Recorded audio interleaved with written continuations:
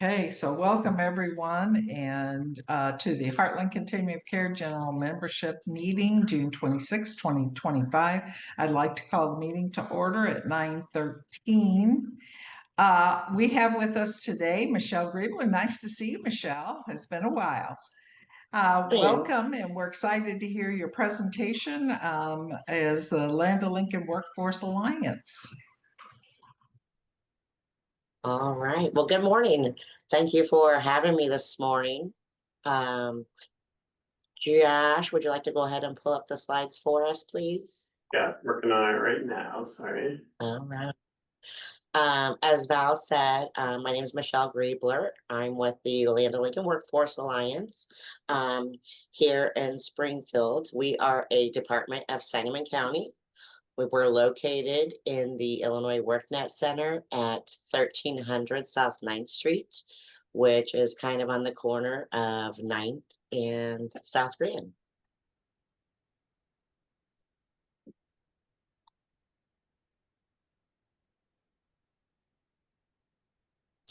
And there is our information. So we have several partners here at the WorkNet Center. We all work under the same umbrella, which is called the Workforce Innovation and Opportunity Act. We share common goals, which are to help individuals become employed and self-sufficient.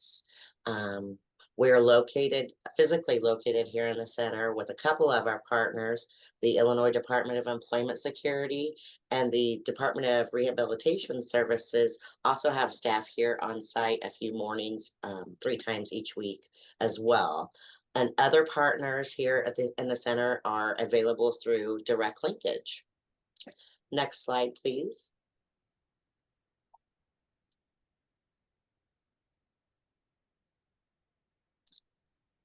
Next slide, please. We're open to the public Monday through Friday. Job seekers can come into the center and utilize our computers, technologies, conduct their job search, prepare resumes, attend workshops and various hiring events as well. They can also file for unemployment insurance claims here. We also have career planners on site who can provide career services, guidance, counseling, and labor market information.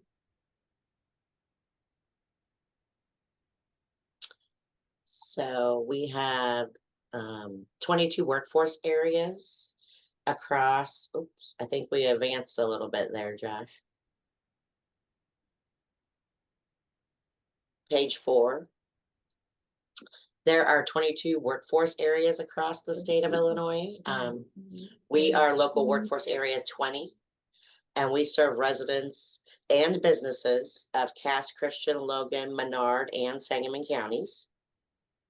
We provide business career training services. And based on our audience here today, I'm going to primarily focus on and overview the services that we provide to job seekers in the community.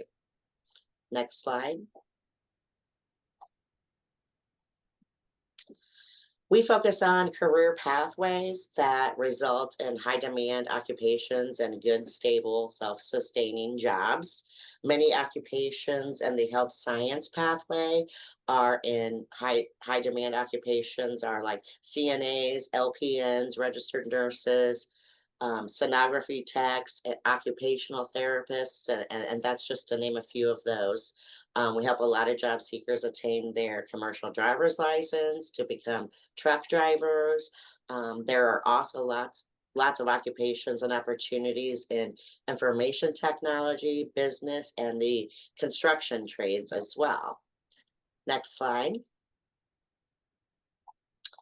There's a statewide list of numerous training programs across the state that are eligible for WIOA funding, but many of the local training providers in our community that our job seekers tend to complete training programs with are with Lincoln Land Community College, the Capital Area School of Practical Nursing, Fishes and Loaves, Midwest Technical Institute, the Miller Academy of Allied Health, St. John's College of Nursing, and the University of Illinois at Springfield.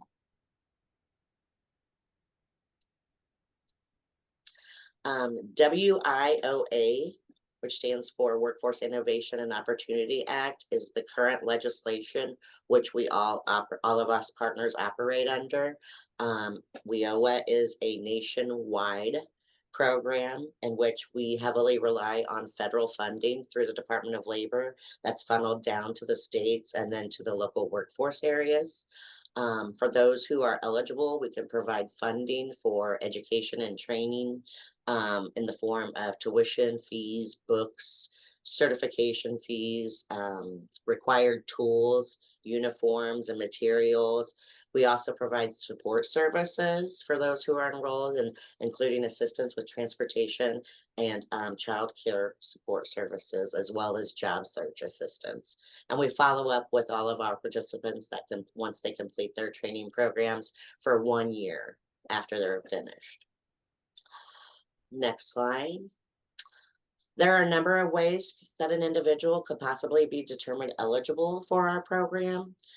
We always first recommend that everyone just apply so that our career planners here can closely take a look at each individual unique set of circumstances and applications to determine eligibility. However, one of the primary forms of eligibility is based on low income, but there are also some automatic qualifiers as well, such as having been determined eligible for TANF or SNAP within the past 6 months, individuals who have been laid off from a job and who are receiving or maybe who have exhausted their unemployment benefits, individuals who are homeless, youth who are high school dropouts, individuals who are connected with the juvenile or adult justice system, or youth who may have aged out of the foster care system as well, just to name a few of those automatic income qualifiers. Next slide, please. Our educational funding focuses on short-term, no longer than 2-year degree and certificate programs. We can fund up to $8,000 in tuition per year for up to 2 years, and that's just for tuition only. We can also pay for other required expenses for the training over and above that $8,000 cap. Next slide. If someone is interested in applying for assistance with our program, here are just a few of the first initial steps to start the application process with us. Anyone who is interested will want to complete our online encrypted application. It's at our website at worknet20.org. From that point, they will be assigned to a career planner who will be in touch with them and help guide them through the process and the next steps. Next slide. I also recommend that all of the job seekers register for a free account at illinoisworknet.com. This site provides a wealth of job search and training information, tools, resources. Here you can also search all of the WIOA eligible approved training programs, and you can also search all of the local workforce areas, local community resources and service providers, not only in our area, but all around the state as well. So this concludes my quick general overview of the services that we offer to job seekers in the community. I'm happy to answer any questions that any of you might have at this time. Thanks, Michelle. And that was a quick update. I've worked with Michelle and been on this board, and this is just a tiny bit of everything that they do. So we really appreciate you coming in today. Does anybody have any questions? Leanna? Hi, yes. I saw in presentation something about access to computers for like job applications. Can you talk a little bit more about that? We have, when you first enter into our center, we have a whole resource room full of computers, fax machine, printers, job opportunities, listings, and so forth. So We have a bank of 25 computers that are available to the public. You can sit down and do a job search online, fill out applications. You can file claim for benefits. You can work on your resume. We also offer resume paper and printed copies for you to take with you. We have staff on site who can assist with your job search and with your resume as well. That's awesome. Thank you. You're welcome. Dawn, you had a question. Did you want to?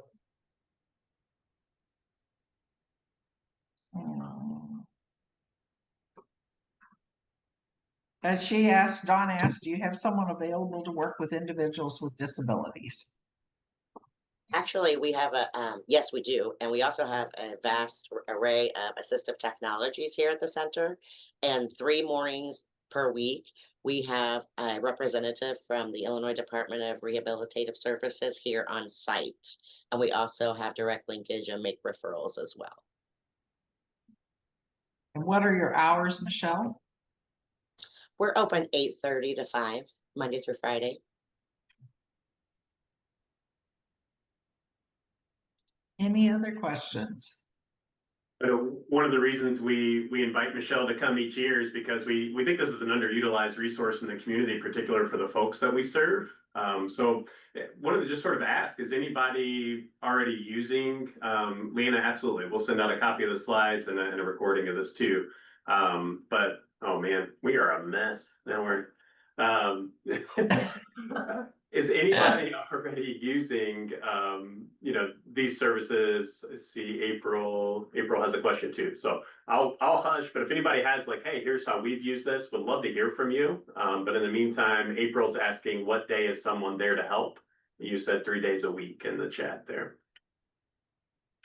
We have staff here every day of the week to help, but specifically from the from Doors, we have staff 3 mornings a week on site, Monday, Wednesday, Friday.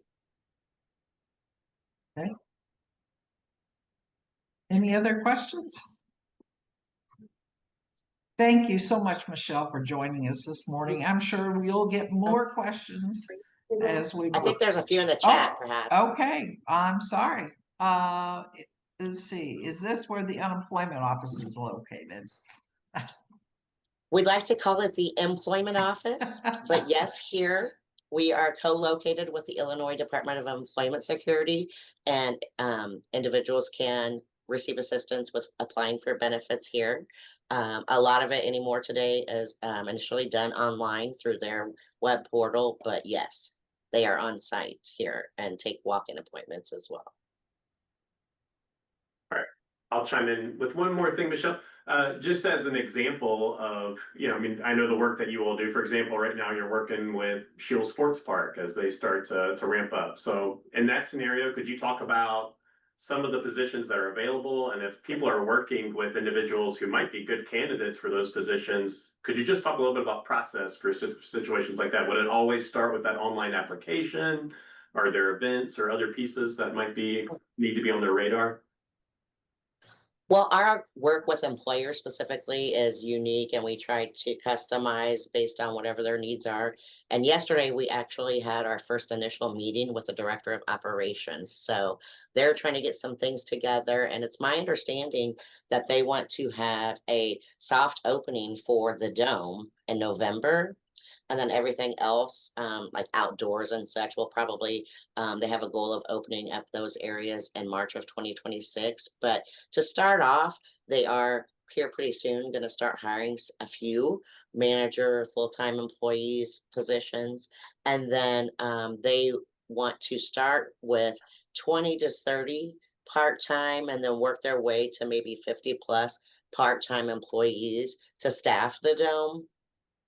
And those positions are going to include food and beverage positions, event production, and some labor and maintenance positions. And there's going to be, they still have a lot to work out in regards to hours of operation and shifts and that sort of thing, job descriptions, what they want to pay and what the process is going to look like. But they do want us to help them with some of the staffing, and we are going to work with them in the upcoming months to provide them services such as our space, career hiring events, and things of that nature to help them get the dome staffed. But so when we have any marketing materials that for those types of events, we're happy to share with all of our partners and your group here today to be able to share that information on with job seekers in the community.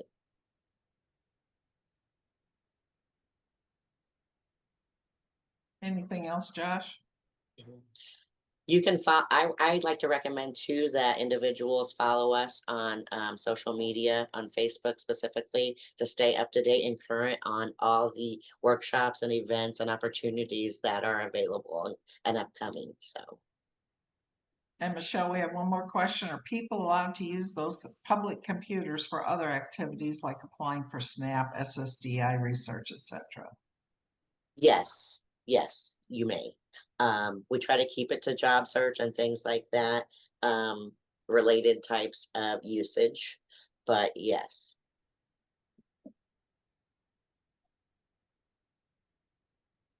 All right. I think that's it. Michelle, thank you so much for joining us this morning. And thank you for all that you do for our community. Much appreciated. Thank you, and thank you for having me and for the opportunity. I hope you all have a great rest of your day, and please feel free to email, shoot me questions if you think of anything later. We're always here. So, All right, goodbye. so thank you. Bye-bye. All right, let's backtrack here for a minute. Speaking a minute, the minutes were included with your notification email. Are there any corrections or additions? All right, hearing none, the minutes will stand as presented. Okay, we're going to move on to the 100-day challenge on veterans homelessness with Reinstitute, and we're going to turn it over to Jamie.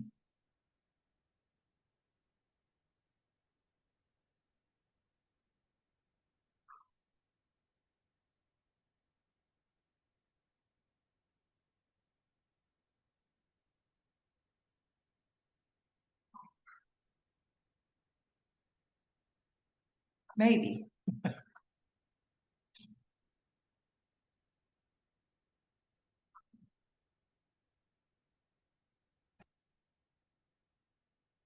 Molly, are they trying to get some things set up? You're on mute.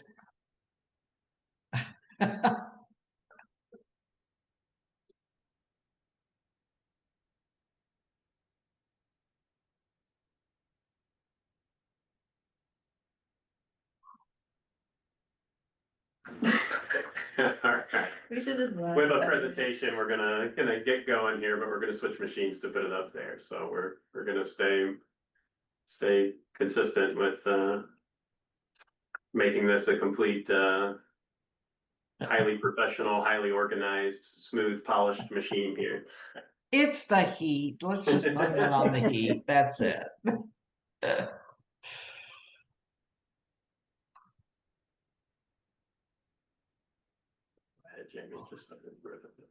Sure. Morning everyone. Sorry for the technical difficulties once again.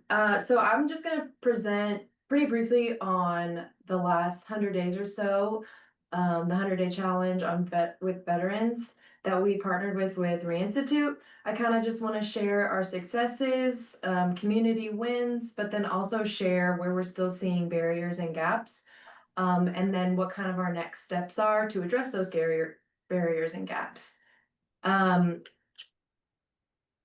We set a goal, and I think the group originally was a little nervous about our goal because we set it as 20, and I think our veteran partners were just nervous of like, how do we house 20 people in 100 days? But we set it high just because that's kind of the nature of the challenge, to be innovative and creative and just try anything that you can to get someone into housing. And so we were able to house 18 individuals who were literally homeless.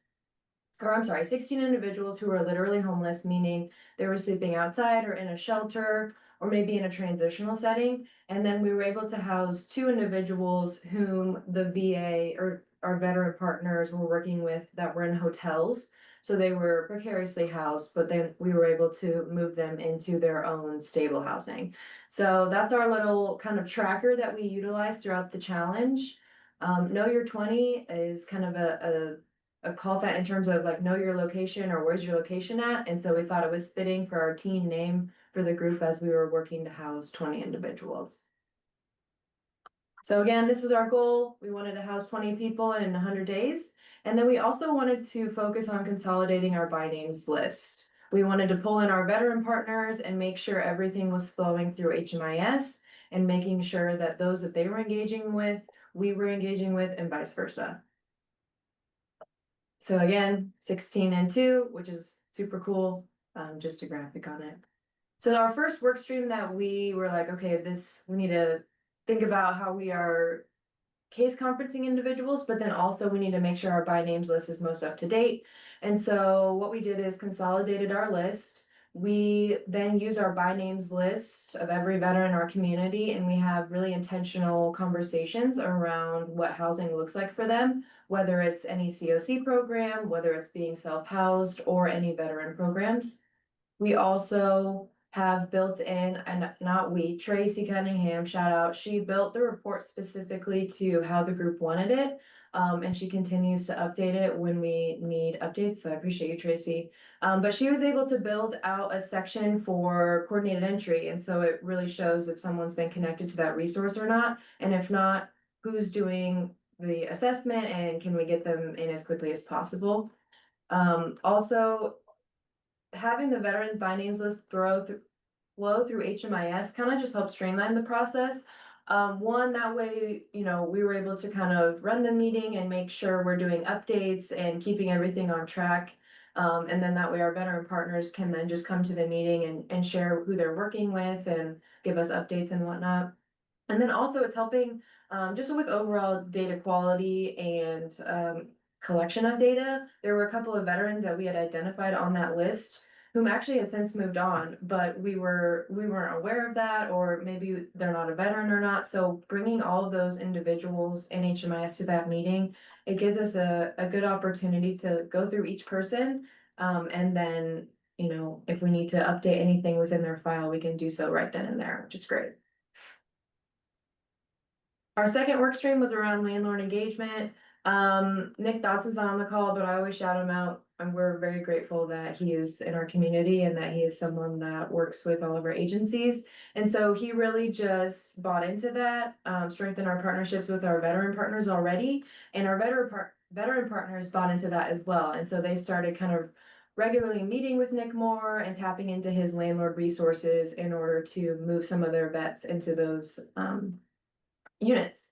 And then we also launched a veteran and landlord risk mitigation fund. So there's been a lot of success with just the landlord risk mitigation fund, and we thought, let's do it for veterans specific. And we were able to go to like an annual VAC meeting and share out what we plan to do. And we've been posting it out there to donate, but it's just for those that are veterans within COC and veteran programs. So we're working on pushing that out moving forward. And then lastly, our third community stream was around community engagement and training. So we just wanted to make sure our coordinated entry access was good to go. We had some of our veteran partners volunteer to do coordinated entry. And then we also really worked to streamline our process of the veteran pathway to housing. So we broke it down between HMIS users and non-HMIS users. And we really just outlined our expectations moving forward of what it looks like for a veteran to move within our system and how what steps to take in order for their process to be smooth and to ultimately get them into stable housing. And then I do know that Archie's been working with the Washington Street Mission to possibly have a veteran support group there, which I think is super great. So all the good things that we did, community wins, that's awesome, but there are still some barriers and identified gaps within those. Access points. Obviously, we've outlined everything, but you know, if staff leave or if a new case manager comes on staff, updating that person and educating them on the expectations, sometimes it can just be tricky. And so we're just aware that access points can sometimes be, I don't know, a barrier sometimes. And then also with agency communication, this challenge was great. Our veteran partners came to the table and were super excited, and they communicated with us well, and vice versa. But I just think also across the continuum, agency communication can still sometimes be a barrier. Also, if agencies don't know what other agencies do, that can cause some sort of barrier as well.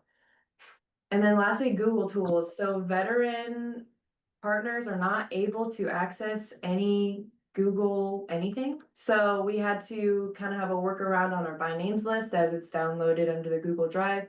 So I have to download a different way, and just certain things that are easy to share. We kind of had to do some workarounds, but that was just kind of a barrier.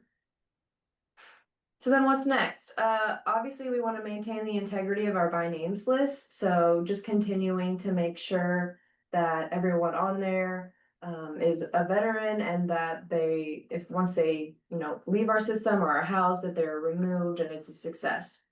Also maintaining quality data and then increasing access to training and resources to partners. So, and that kind of flows with quality data. We're rolling out our data quality management plan and the expectations around agencies to make sure their data is timely and accurate and all of the things. Sorry.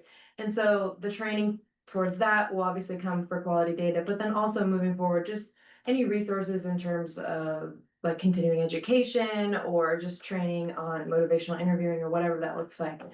We just hope to always be increasing that to our partners. So that's kind of what we did over the last 100 days. It was super great, super excited that we were able to do this again with Ray Institute, thanks to SHPA and OPA and all those agencies. Are there any questions on the process or what we did or? Well, first of all, congratulations to you and your team. That we knew that was an aggressive goal, and wow, this is fantastic. So Dan was asking, why can't they access Google tools? What can we do to fix that? Yeah, we responded in the chat. It just has to do with Okay. government program usage, and we just have to find different programs that everybody can use. Mhm. So, Okay. Any other questions?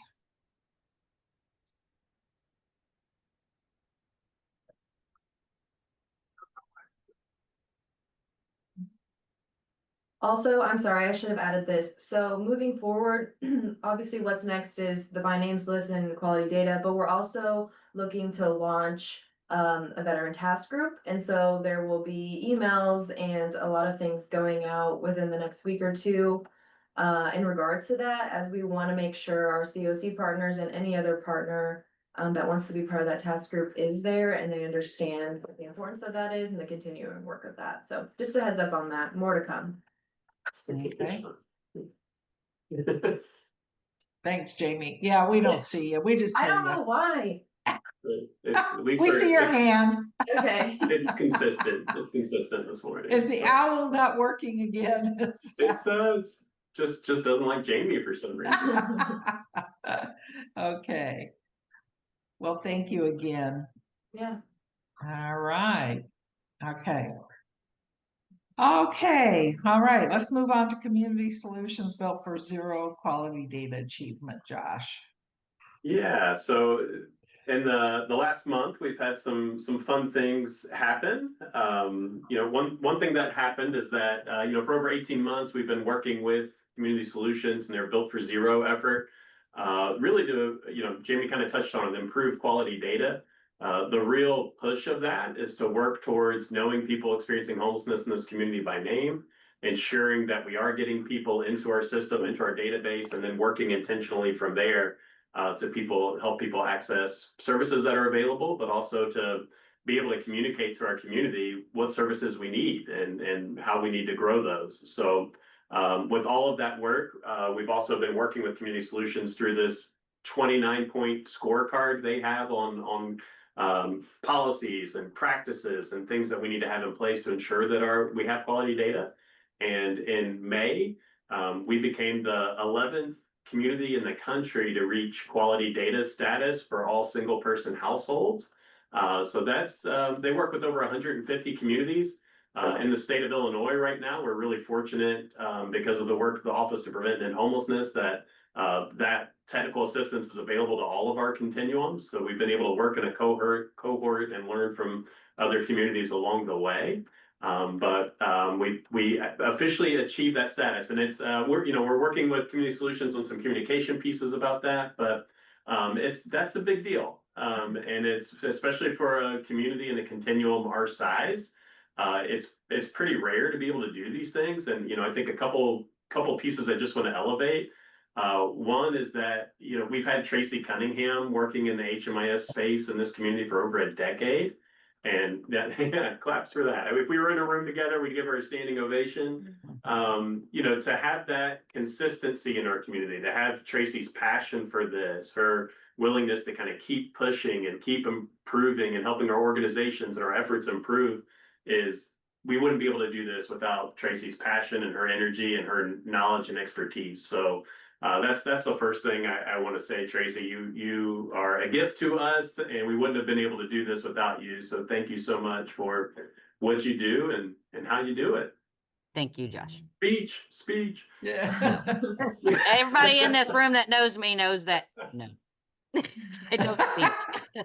I said my thank yous. So that is a big deal. And then the other part is that really the level of support we've had from Sangamon County, from the city of Springfield and Capital Township.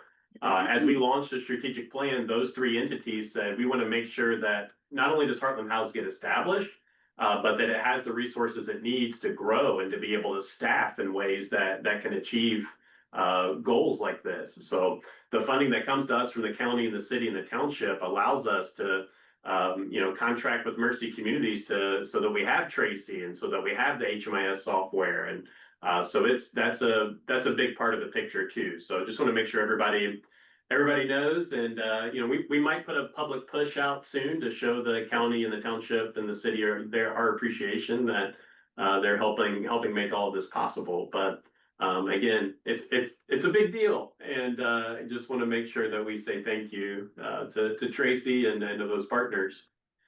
The other thing that happened in the last month, I'll just do a little quick share screen. But at the Home Illinois Summit 2 weeks ago, Heartland Housed and our Continuum of Care received the Recognition of Service Award from the Illinois Office to Prevent and End Homelessness. And that is, it's great for, again, I think for Springfield, for Sangamon County, for our community to be recognized that things have changed drastically here in the last 5 years. There's a long ways to go, and certainly we all recognize that. But the fact that how many people, there's 42 people on this call right now, and it was nearly impossible to access this call. The level of partnership from each of you, the way that your organizations participate and jump into these task groups and participate in things like these 100-day challenges to help us keep setting new goals and going after them so we improve the continuum of services available to people in this community is huge. So we wanted to make sure that we mention this because it's not an individual award. Like everything that's happening in this community is happening because of the collective impact of all of your organizations. So this too is a big deal, and it's important for not just us but the whole community. So we wanted to make sure you knew about it and to say thank you for your partnership in this as well.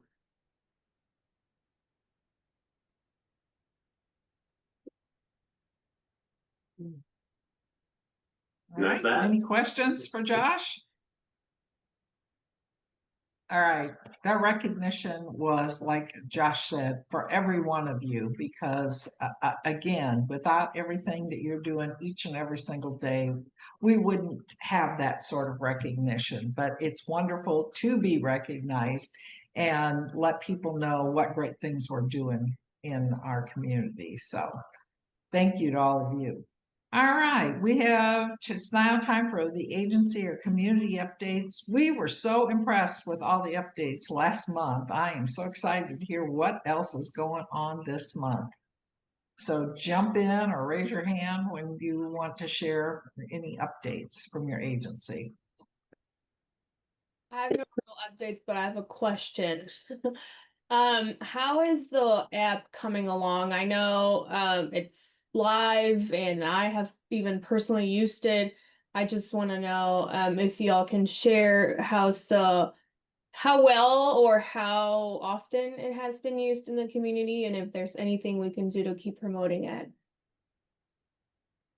Yeah, I think, I mean, on average, we're getting 5 to 10 referrals a week through the app. There's certain, we'll put the link in the chat here in just a moment in case anybody doesn't have it. Right now, it's just for iPhone users. We have been working with the app developer on, the next phase would be to get that available in the Google Play web store as well for Android users. So that would almost double the number of folks in the community that would have access to it.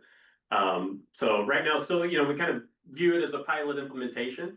But just to give an example of how that's worked, right now that we have, Renetta Buckner on our team as a street outreach coordinator, when a referral comes in and I seeing Mike here on the call, like Mike would be an example of that, where he encountered a person near his workplace. He engaged them in communication to kind of talk about resources and, just try to offer some support to them. But then he also kind of pushed it through in the app so that our street outreach coordinator was also able to go to that location. So, I think some of the improvement there as we grow the outreach team, we'll be able to respond even faster as those come in.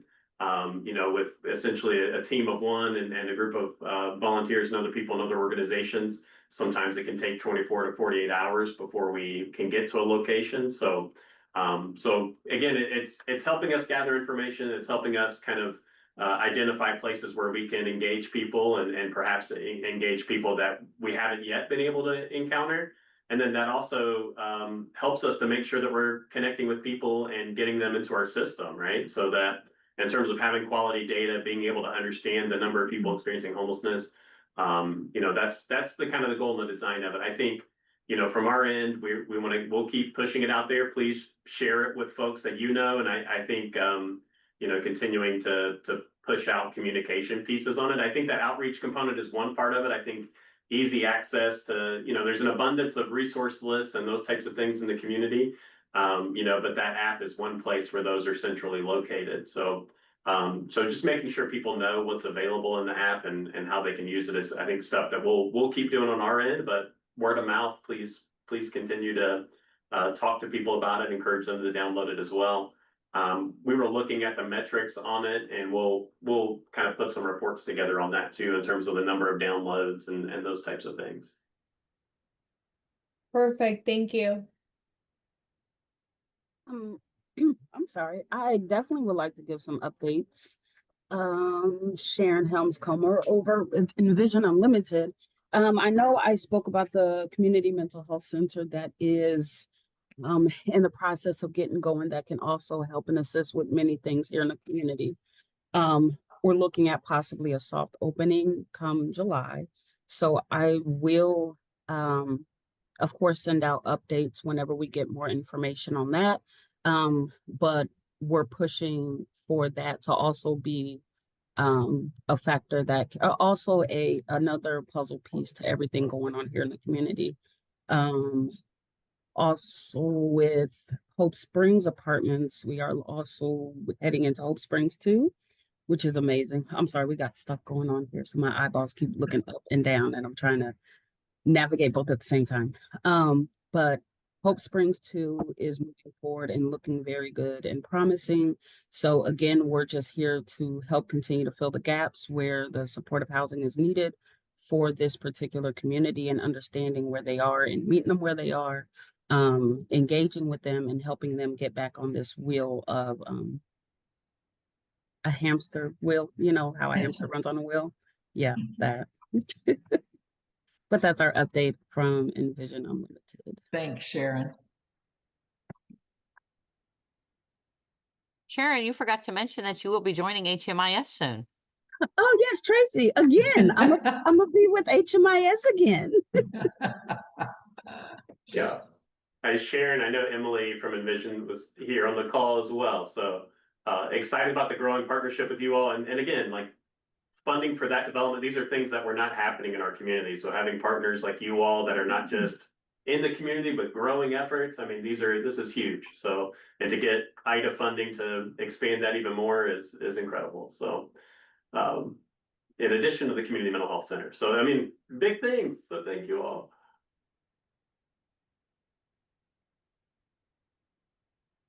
Good morning, everyone. This is Susan from SHPA.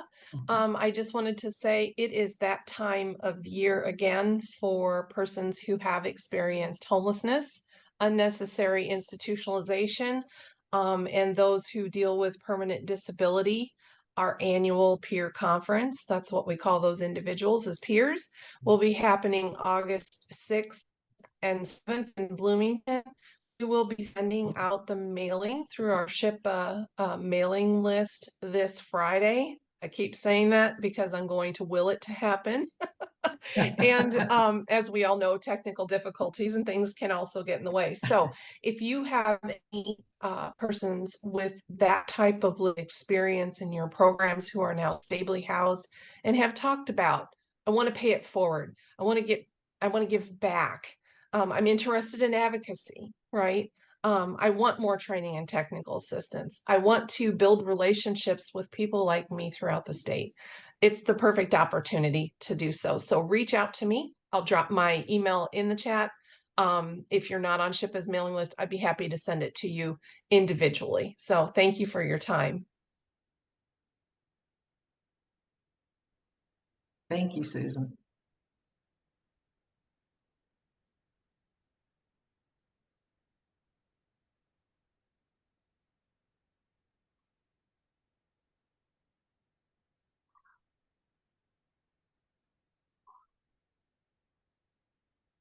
Any additional updates?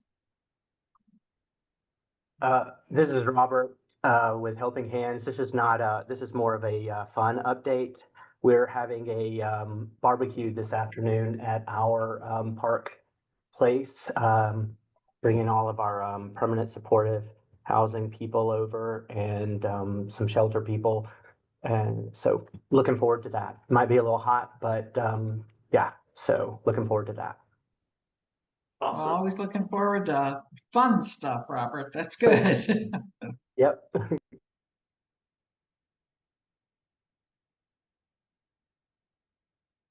Hi, So I have this a couple is quick updates from the mission. So first, Robert, I just saw Blaine picking up a volunteer here. So I know he was on the way to get that cookout started. A couple things. First, we are opening a small food pantry in the building. It'll be opening up in about 2 weeks. We're drafting all the guidelines now. The one caveat I will point out is it will only be for individuals who are housed. So that information will be sent out to you guys when we get all of those guidelines and limitations drafted up over the next couple weeks. The other update I have is maybe not so positive. And I know I have a board member on this call, and you'll be getting an email tomorrow from me. We received notification yesterday from National Able that they are severely reducing the hours for their senior community service employment program participants. And most likely by the end of July, it will be eliminated. Federal funding for FY25 is currently frozen off for them, and it is currently not in the next CRs, nor in the proposed budget from the White House. So it looks like the Senior Community Service Employment Program will probably be coming to an end this year.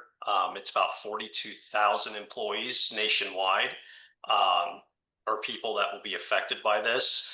We will likely lose 3 positions with the loss of this federal funding. So we have some things to work out over the next month. It may affect some of our basic needs services, but we will certainly endure the same way that many of the other agencies on this call are enduring through some of the losses of funding.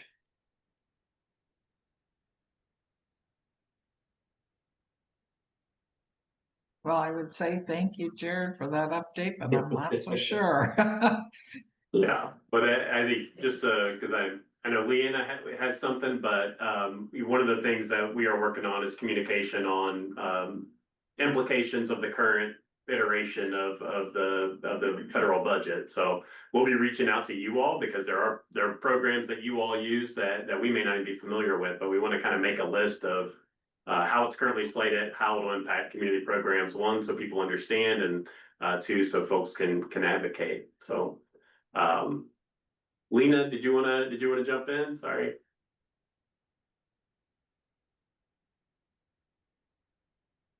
Oh, you're off mute, but we can't hear you. Oh dear. There you are. Can you hear me now? Yes. Yes. Okay, sorry about that.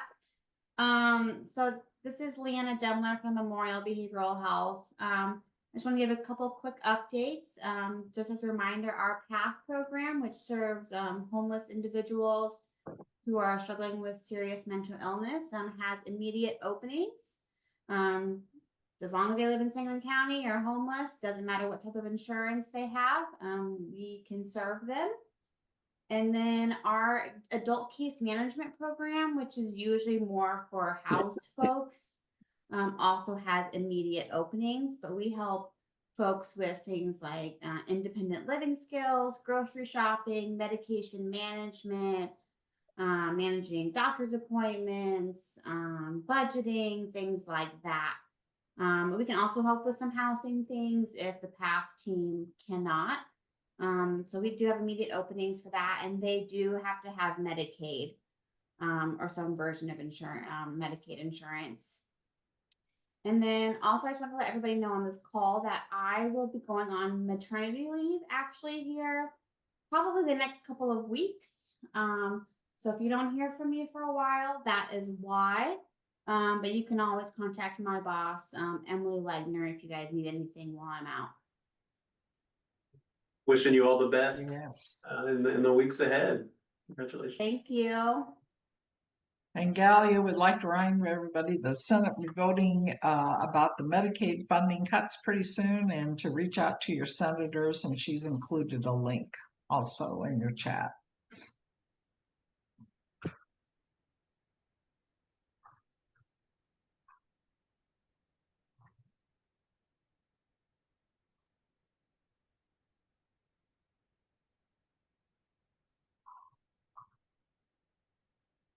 Anything more? I know we're right at 10 or just a slightly after. Are there any public comments? Yes, if I could jump in. Sure, Jane. Listening to Jared, I realize what all of you do and struggles that may be coming and how you deal with them. But I'd also like to add some positive stuff. I've worked with you guys since, pre-COVID and back before Josh was hired and everything, back where we would have a meeting in person and there might be a dozen of us. And I'm looking at 40 people here. You've moved forward incredibly in the last 7 years. I've been directly involved. So, try to take a positive away from today, everybody, and give yourself a pat on the back. Thank you, Jane. We I tend to lose sight of that sometimes, so thank you for that. Can I piggyback off that real quick? Sure, Sharon.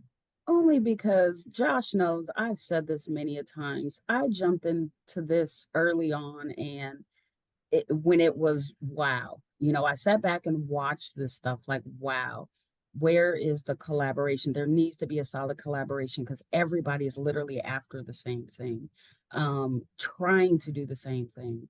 But getting on these meetings now, the collective, the feeling, it's a different feeling.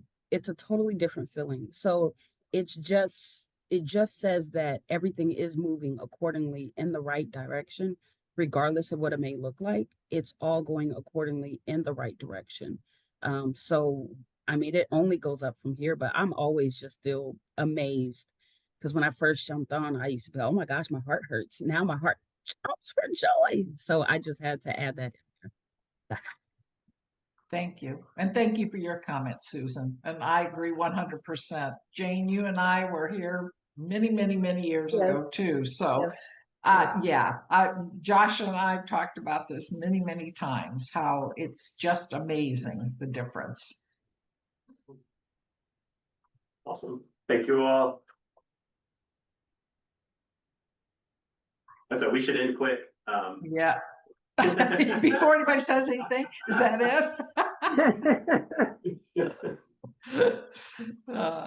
Anybody else have anything to add?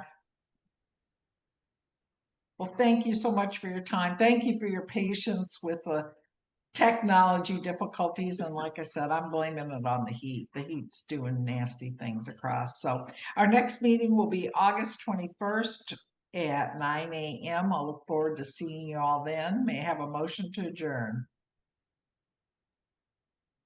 All I need is a motion. Amy, thank you. All right, we'll see you all later. Thanks so much. Bye, everybody. Thank you, everyone. Bye-bye.